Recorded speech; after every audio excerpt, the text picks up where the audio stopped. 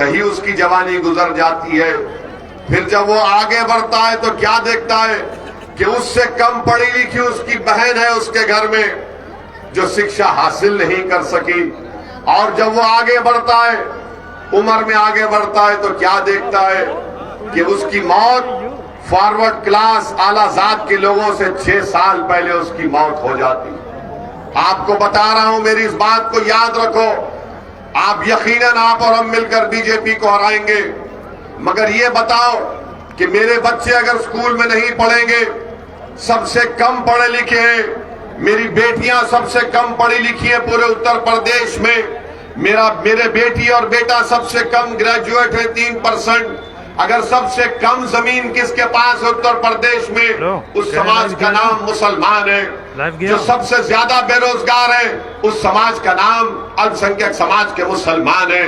जो सबसे ज्यादा गरीब है वो मुसलमान है। जिनके इलाकों में, बस्तियों में, गांव में सबसे कम बैंक है वो मुसलमान है। जिसको कम लोन मिलता बैंकों से वो मुसलमान है। अब आप बताओ, आप किसको वोट देंगे? फिर मेरे अजीज दोस्तों और बुजुर्गों, मैं आपको बता रहा हूं, आपको समझाने के लिए कि आप या तो मतदान करिए हालत मजबूरी में या हालत मजबूती में। अगर मजबूरी में करना है तो याद रखिए ये मुकद्दर हमारी औलाद का, हमारी नस्लों का हो जाएगा। कभी स्कूल नहीं मिलेगा, शिक्षा नहीं मिलेगी, बैंक नहीं मिलेगा, नौकरी नहीं मिलेगी और ये तमाम जमीन नहीं मिलेगी। अगर हालत मजबूती में वोट देना है तो मैं आपको कह रहा हूं कि इन तमाम चीजों को हासिल करने के लिए, रोजगार को हासिल करने के लिए, शिक्षा को हासिल करने के लिए, अस्पताल को हासिल करने के लिए, अपने इलाकों में बैंक को कायम करने के लिए जो दीगर समाजों को मिलता है, ये हालत मजबूरी या मजबूती में आपको वोट देना है। मैं आपसे अपील करने आया हूं कि हालत मजबूरी में वोट मत दीजिए, मजबूती के लिए वोट दीजिए, मजबूती के लिए वोट दीजिए। मजबूरी की हालत में वोट देंगे, अगर आप मजबूरी की हालत में वोट देंगे, सुनिए हमारी बात को, अरे जिंदा है, जिंदा रहेंगे, हमारी बात सुनो। गोली चलाने वाले थकेंगे नहीं, मगर हम जिंदा ही रहेंगे। इसीलिए हम आपसे अपील करने आए हैं कि आप जब 3 तारीख को वोट डालेंगे तो आप इस बात को याद रखिए कि मैं मजबूरी में वोट दे रहा हूं या मजबूती के लिए वोट दे रहा हूं। आप किसके लिए वोट देंगे? मजबूरी में तो नहीं देंगे ना। किसके लिए वोट देंगे? मजबूरी में देंगे, मजबूती के लिए देंगे। जब मजबूती के लिए देंगे तो डर निकाल दो। जब मजबूती के लिए देंगे तो बीजेपी का, योगी का, मोदी का, अखिलेश का, सबका डर निकाल दो। क्योंकि जब आप इतना यहां पर हमको ये आश्वासन और वादा कर रहे हैं कि हम मजबूती के लिए वोट देंगे, तो मजबूती का तकाजा ये कि पहले अपने फैसलों में मजबूती पैदा करो। जब आपके फैसलों में मजबूती पैदा हो जाएगी और जब आप अपने लिए वोट देंगे। अच्छा एक बात बताओ, क्या उत्तर प्रदेश में सिर्फ मुस्लिम समाज है? क्या उत्तर प्रदेश में अल्पसंख्यक समाज में छोड़कर क्या पिछड़ा समाज नहीं है, अति पिछड़ा समाज नहीं है, दलित नहीं है? क्या वो आपकी तरह सोचते हैं? वो तो मजबूती के लिए वोट देते हैं और आपको डराया गया बीजेपी बीजेपी कहकर। बीजेपी अगर जीत रही है तो आपकी वजह से नहीं जीत रही है। बीजेपी अगर जीत रही है तो अखिलेश यादव की निकम्मेपन से जीत रही है। अगर वो मजबूत हो जाता तो मोदी 7 साल में अखिलेश ने 3 चुनाव हार गए।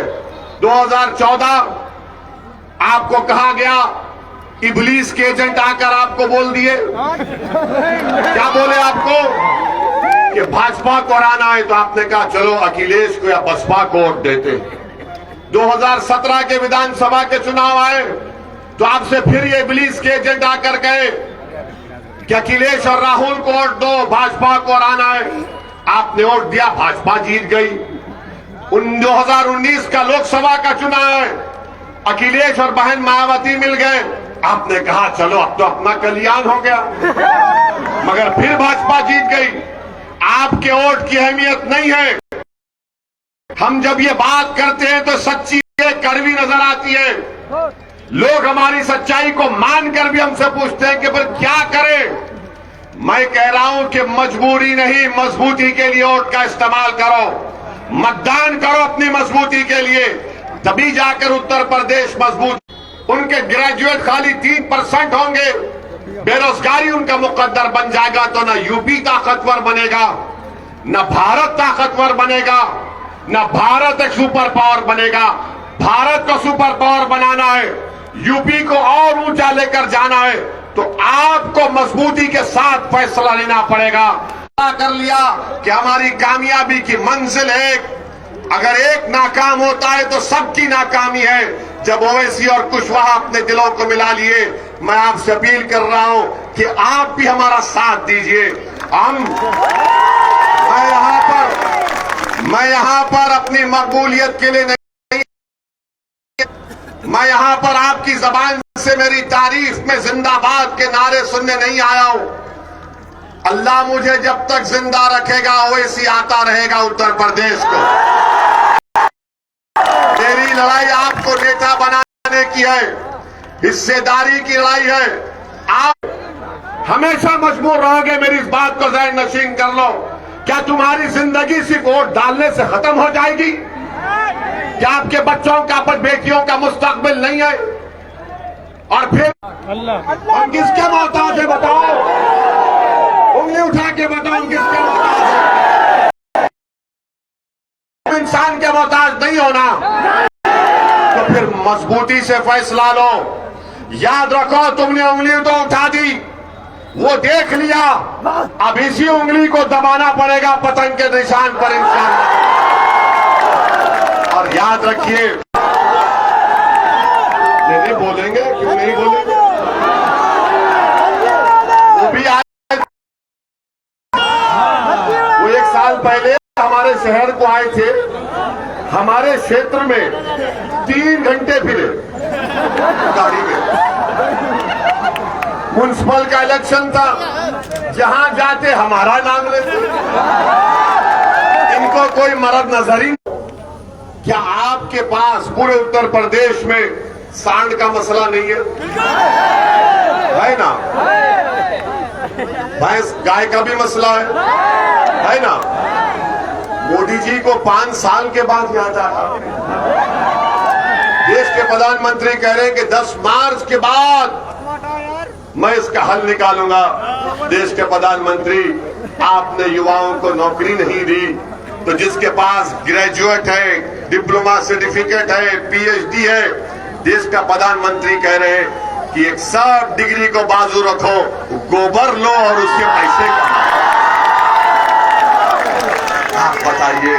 तो बाबा बोले कि देश का प्रधानमंत्री नहीं, मेरे उनके लिए बादशाह सलामत है, तो ये वजीर है।